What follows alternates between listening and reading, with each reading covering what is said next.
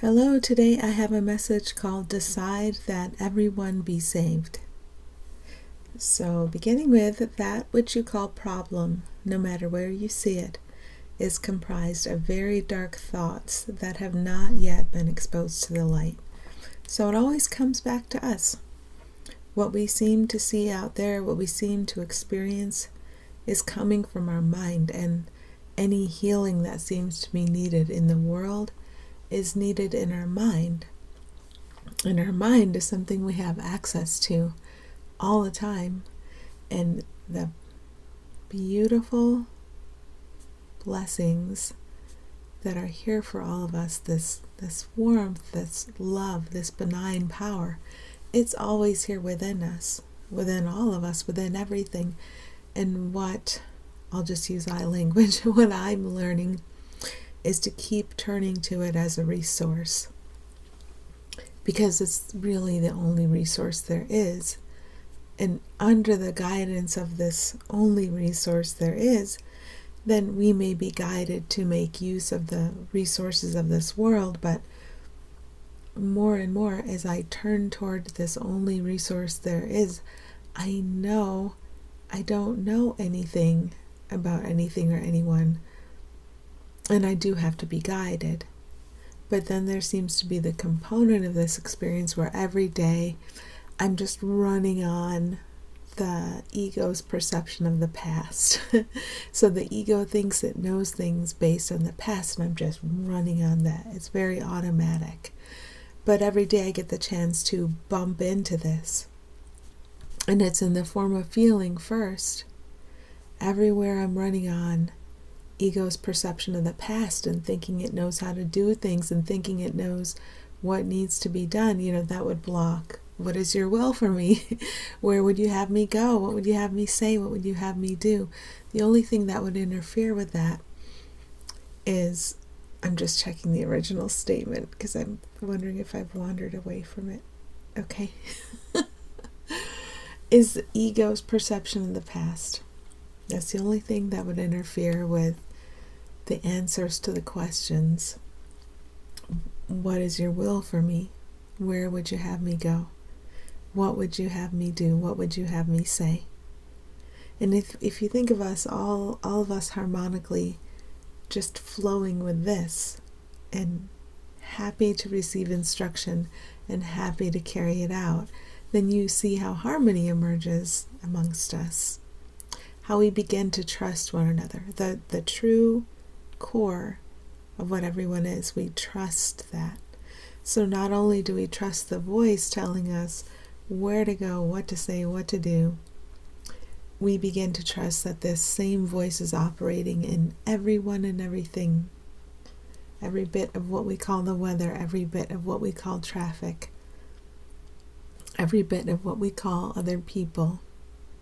We recognize first the Christ within it, the light within it, the harmony within it, and we begin to trust it. It's like we begin to hear kitty kitty, yet we begin to call it forth, because we've always had the power to call forth the innocence within everyone and everything, despite what the past would tell us. And this makes no sense to the ego, and that's okay. So what I'm learning to rely upon is what makes zero sense to the ego.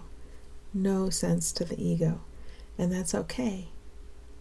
And if we just keep bringing up the question over and over again, what is your will for me? Where would you have me go? What would you have me say? What would you have me do? These are questions from A Course in Miracles, of course. I'm always talking about that. I read it a lot.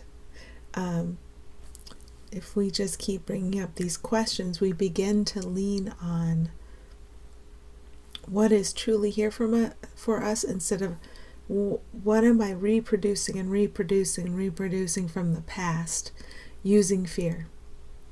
We might find we're tired of that. We might find we want something completely different. And that's why we begin to lean on the questions. What is your will for me? Where would you have me go? What would you have me say? What would you have me do? And the way, of course, to help these answers be clear for us and help us have the willingness to follow them when they come. First of all, to be aware of the answers, and second of all, to feel safe and supported in following them, is every time we don't feel good, that's exactly what blocks the answers to those questions. That's exactly what prevents us trusting in the harmony, the light, the truth, the love present in everything we look upon. It's the true nature of everything and everyone we look upon. And all the feelings we don't like during the day are representatives, or they're like symptoms of the thoughts we believe, where we keep replicating the past in fearful form. And once we know what we're up to, one by one we can address those thoughts and set them down and reorient. And today I'm reorienting toward this holy instant is salvation come. So if you think of what saves all of us from our misperceptions of harm, of evil, of illness, of everything that we would call damaging, that's all our misperception. And there's something that saves all of us from our misperception.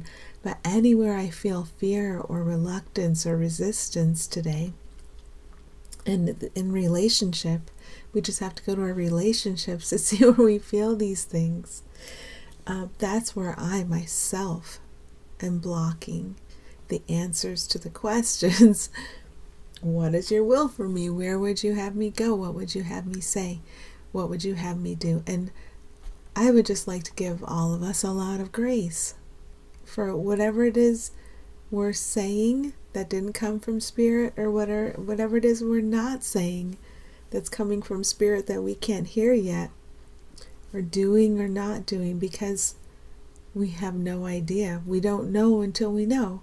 And we're all doing the very best we know how to do with each other. And I'm blocking all over the place. All day long I'm finding places where I'm blocking the flow that would guide me very easily and lovingly. And at the same time, every day I can fall into it just a little more deeply, and I can something came to mind, so I'm just giving that a moment.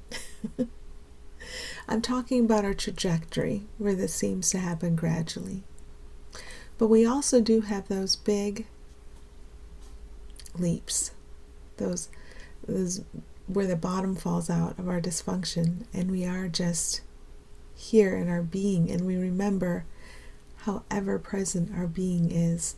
So I also want to leave room for the big leaps.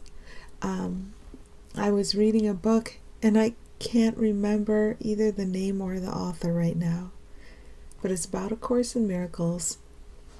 I'll mention the author later, maybe in another message. It might be called The Direct Path. And it's about noticing that you're being all the time. And that's the direct path. And all this other stuff that we seem to be doing isn't happening at all. But you're always being. You are the being. Everyone's the being with you. And I haven't finished the book yet, so forgive me if I'm misinterpreting it. But this is the excellent point it makes, that we're already it. We're already being. We just have to notice. But on my path, what I have to notice is the individual thoughts that come up that would block me. Because if I don't feel good, I'm actually believing those thoughts. So I need to be firm with myself and acknowledge what it is I'm believing. And if it seems like a whole mountain of thoughts, just find one. That's the representative. It's like everybody from a state doesn't go to Congress, right? They're representatives. So if you have a whole mountain of thoughts, just find one and reorient. This holy instant is salvation come. There's that direct path that the book I'm reading is pointing to very strongly. There it is. And so we keep reorienting away from what would mislead us toward the direct path. How could I have been talking about this for 10 minutes? There's my judgment. Very reliably. There it is. Okay. Taking a moment to reorient. It's a very beautiful thing that within each tick of what seems to be time is the salvation for everyone and everything. Here in this moment now. It's here. It's powerful. It's benign. It's loving. It's for everyone. There aren't any exceptions. The recognition of the full innocence of every being, no matter what the person seemed to be up to. It's right here. It's so beautiful. The more we spend what seems to be time with what's in this holy instant, it's always now. It's always here. It never leaves us. And we learn to look on it more and more. Okay. That which you and the world seem to call problem together, like if we're looking at a war, or if we're finding fault with someone we're calling a leader, is a shared focal point of thoughts that can see the light today. So we change our focus from the thoughts about this war, about this leader, to the light that is the reality. The war is the fear we're projecting. The characteristics of the leader that would have anybody overexcited or critical, that's the fear we're projecting. And the important thing is to stop when we don't feel good. Let's say our job, what would you have me say, what would you have me do, is to give money. That will be obvious and clear and straightforward and will not come from a place of anguish. So nothing we do has to come from a place of anguish over what we perceive to be another's suffering, guilt, disturbance. When we come back to this holy instant is salvation come, we come back to the most powerful force there is, the benign love that's here for everyone, that is everyone, the direct path that's their being right now in this instant. And now that we've reoriented toward what is actual, while recognizing we haven't left the fantasy yet, maybe there are a couple things we're supposed to say or do before we leave it together. Okay, what is it? And then we can be guided. Maybe we used to give a lot of money but it was from anguish and guilt and trying to control things. And so that we have a long phase of our life where we don't do that for a while. It's okay. It's not like the world falls apart because you're taken away from an action that you used to do a lot out of fear. You're just being kind of retooled to be of service to everyone. And the most important thing is your mind. And same for actions. Let's say you used to volunteer 20 hours a week and now you're volunteering 0 hours a week. You needed to go into the mind to understand how to reorient toward what's here to assist all of us, toward what can inspire all of us together. So it's not just you trying to bail out the sinking boat, it's everyone with you because you see and understand your connection with everyone and you begin to believe in everyone as they truly are, as the powerful, benign, loving, innocent being they are, no matter what their person appears to be doing, no matter what the body is up to. No matter what past you perceive for the personality and bodies you see, we share one being. It's innocent, it's divine, it's full of truth, it's full of grace. And with our willingness, our being gets led. And it's one piece. Our being is one piece. And so we sort of decide to stop bullshitting ourselves and say, I'm willing to enter the phase where I see our being be led by what is truly here for us. The love of God. We've never done anything wrong because we aren't doers. We're beings. We're one being. We've imagined doings. We've imagined hurt. We've imagined pain. We've imagined hurt for a separate one we're calling ourself. We've imagined hurt and pain for other separate ones we're calling others. We haven't done anything wrong because we're not doers. We are imaginers. So it's important to go into the mind and see what's going on there. And the first clue that something is going on that's not in alignment with what's real is the feeling. And for my part, the certainty that someone else is wrong is a bad feeling. I had to recognize that. When I become certain that someone else has it wrong, that someone else has turned completely the wrong direction, I really need help in that moment. I'm projecting fear on my brother or sister rather than seeing what is there, rather than looking upon their being.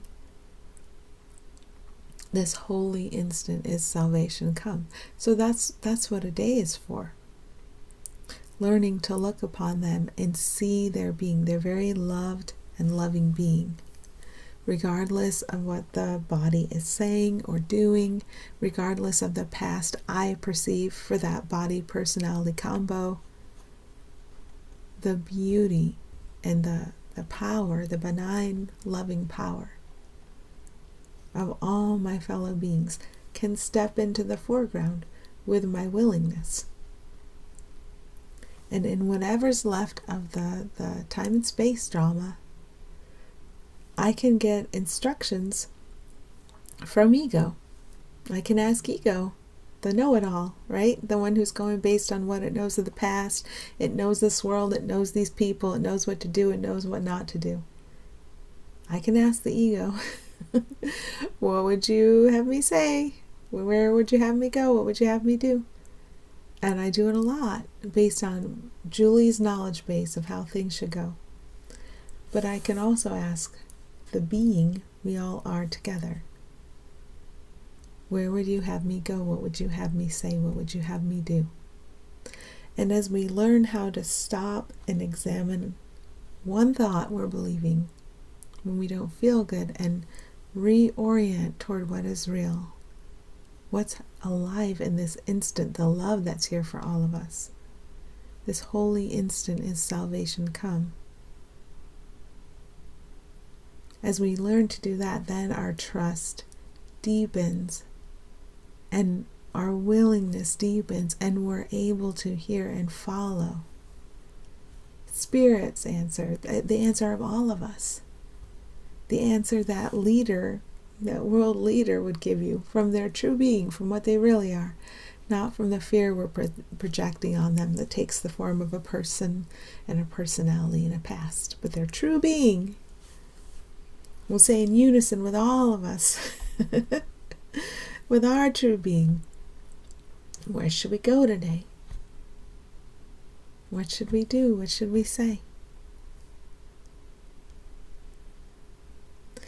Okay, safety of the body is not safety. I think I want to loop back a little, because as we learn to flow with what's here, with what comes from all of us, with the guidance that comes from all of us together, not this little ego thought that thinks it knows everything about everything, then that's when we see problems disappear. And we all have that power to together. It's a together power. So we start to tune into what is together about all of us to lead us. Okay. So safety of the body is not safety. So throughout the day, we get to find all the places where we believe safety of the body is safety. That's my opportunity today. And then I have a moment to stop and reorient. Something I really love in A Course in Miracles is Jesus saying that he can manage the body and the ego. I mean, we don't have to do that. We can just turn it over and let however the ego is going to appear for the rest of this time-space drama be up to him, and whatever the body's going to be used for, whatever condition the body's going to be in, it's not up to us. We don't have to figure that out or decide anything. We can just put it in his hands. From that perspective, then yes, please. So we can stop to have a lot of these yes, please moments. And then in these yes, please moments, we're not struggling. We're not trying to figure it out. We're not trying to take responsibility as a personality body combo, as a separate thing for the body and the ego. We're letting Jesus, or whoever our teacher is, your teacher could look different than Jesus, but someone who's realized something important that might not have dawned upon you yet, okay? Whoever that someone is for you, we're going to let them manage the body and the ego. It's going to be someone non-physical. Really, we're all one. But this is just a way for us to think about it, because we're still so enmeshed in fear. And just having that opportunity to give up the burden, to let go, can be very, very beautiful. Okay. Thoughts about people can be very misleading. It should be obvious, but it isn't. If I take a look at the many times I stop every day to get reoriented, I have started going right down that path that ego's thoughts about people would lead me on. And every day I can see how enmeshed I am in certain ways. Thoughts about my children, thinking I know when I don't know, and I'm not recognizing what's real here. So that would be a lot of the stopping points every day, is all the thoughts that ego delivers to us about people when no one's a person. All the thoughts ego delivers to us about people near, people far, the person you call you. And stopping for a moment to question those thoughts and to reorient toward this holy instant is salvation come, or however you reorient. Maybe you just take a breath. It might be wordless for you. It's still wordy for me. And I have to say, it's okay. Because you might hear messages out there that tell you need to be less mental and you need to go into the heart. Well, the words might still be your portal into the heart, and that's okay. Like leaves off a tree. We don't go to trees in July and tell them fall's coming and pull all the leaves off by hand. The leaves just fall off when they do. So if the words are still helping, you let them help. And because all things work together for good. Everything we've dreamed up here, including separate words that seem to mean separate things, can be used on behalf of our full remembrance of the beingness we all are together. So if someone presents a very helpful idea like, we're living from the heart now, not from, we're not so mental, I still need to stop and recognize where I'm leaning on the mental and not deny it, and have a moment of asking for help and allow myself to be lifted up out of that. And it's like not looking at the other guy's paper in class, Let's not be concerned with what they're doing and how they're doing it, unless they're coming in as an inspiration for us. But otherwise, if we have a feeling of lack or uncertainty, when someone tells us, now we must start living from the heart, we can beat ourselves up with concepts that can be very helpful. We can also beat ourselves up with them. Your heart is here right now. The place we can live from is right here, right now. But it's, we block it. We block it a lot. And this is a little bit of a tricky place for me. I'm asking for help to talk about it. The most important thing about my brothers and sisters is that I see their beingness and that I don't judge them.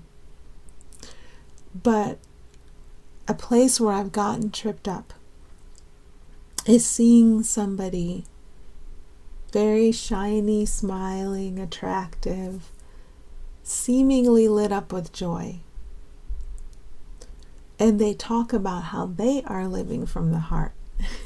And the most important thing is for me to see not that shiny surface, not the way I may be trying to idealize them, because that's me projecting fear on them. So if you can take your little sponge and wipe away all the ideal surfaces, that would mean everywhere the ego has spray painted fear into a shiny, attractive, beautiful, joyful surface and said, maybe you'll get there someday. Instead of, no, you're here now. And we're going to use what's left of time and space, collapsing time all the while, to help you see that you're here now and help you live from that place with everyone, together. So any place where I've sprayed fear out and made another person into an ideal, I can let Spirit take its sponge and wipe away ego's fake shiny surface and see the beautiful light that being is right now. And that's the beautiful light you are right now. Right now. Totally equal light. So if you backed yourself into a corner thinking so-and-so on YouTube is living from their heart, but I'm not, just notice the inequality and take your sponge and wipe away the surface you've projected on what you call you as the separate thing out of fear, and wipe away any idealized surface you've projected out onto anyone. Any ego shiny glitter. You don't need ego's glitter. You can wipe it away. And when you wipe away both surfaces, the ideal over there and the inadequacy or the not there yet right here, here's their light and here's your light right next to each other. It's just light. It's really innocent. It's always together. It's always equal. Now we have some truth here with us. Now we have some truth. There it is. that can make us laugh. That can make us joyful. Now we have the truth. So keep your sponge ready. And where I had to be careful is where the ego would tell me, well, that person on YouTube is misleading people. That's me projecting fear on my divine sibling. So I got to wash that away with my sponge. It's just light. It's just light. And if I've projected fear on another being and it looks like a shiny, glittery, ideal form, it's okay. I have my sponge. I can wipe away ego glitter and ego gloom, both. And if I've tossed ego glitter onto somebody and I've made them an ideal, I've also tossed ego gloom upon myself and made myself less than ego's ideal over here, and maybe on others. And so my sponge wipes away everything. If I wipe away their ego glitter, I'm wiping away my ego gloom. Remember, I did it. I'm the one who sees either what's actually here or the fear I've projected. And it's just one of those two things. So I have to keep the responsibility with me. What should I rejoice over? What they are under the glitter or the gloom. Glitter and gloom are equal. They're both projections of fear. Both of them. Now I feel I can settle into something very stable. Because here's their light equal to my light, equal to your light. And our light is all together. And our light is very powerful. And our light is something we can trust in. Now here we are together. Now that makes sense. Now that's good. Okay. Here we are. You can decide that everyone be saved, that no one or nothing needs to show up as a symbol of your special guilt or your special innocence. Saved from what? From the fear I'm projecting on it. There's a Twilight Zone episode where a child is playing with toys, but I think at first it gets shown like a scene in life. There are fire engines and, I don't know, some dramatic scene, and then at the end you see it's a child playing with toys. But some people seem to be living it out, as their reality. So if we're the child playing with toys, I think Jesus said something about children's toys. We can decide that everyone gets saved because we're the kid playing with the toys. We decide. How does our story turn out? No one or nothing needs to show up as a symbol of my special guilt of ego gloom or my special innocence, ego glitter. I can release everybody from the burden of needing to show up that way. And if they still have that skin, it's okay. It's just a skin. We can see past that, whether it's the gloom or the glitter. Behind it is the light. It's equal light. It's innocent light. No matter what the person seems to have done. No matter what their personality has been, what the body's been up to, no matter what individual past we perceive for that one.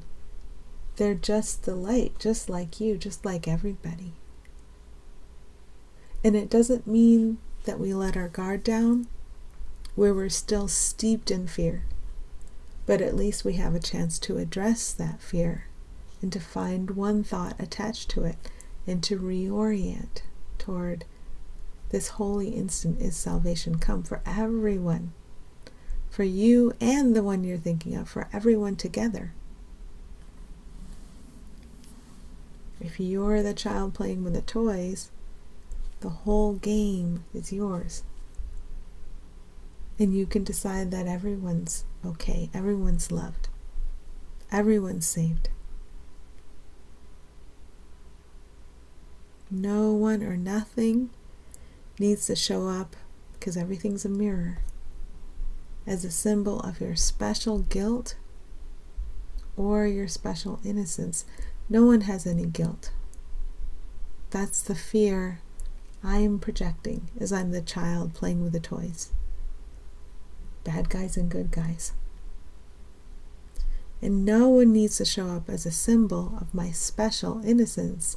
I need a few characters or a lot of characters to show up with ego gloom sprayed on them so I can be innocent over here as a bystander or as a victim. I'm the kid. I'm playing with the toys. I can decide that everyone be saved. It's a very different way of thinking, but it's a way of thinking we can reorient toward during the entire day. This holy instant is salvation come. It's here. It's now. We're the child playing with the toys. Okay. Hope this helps. Thank you.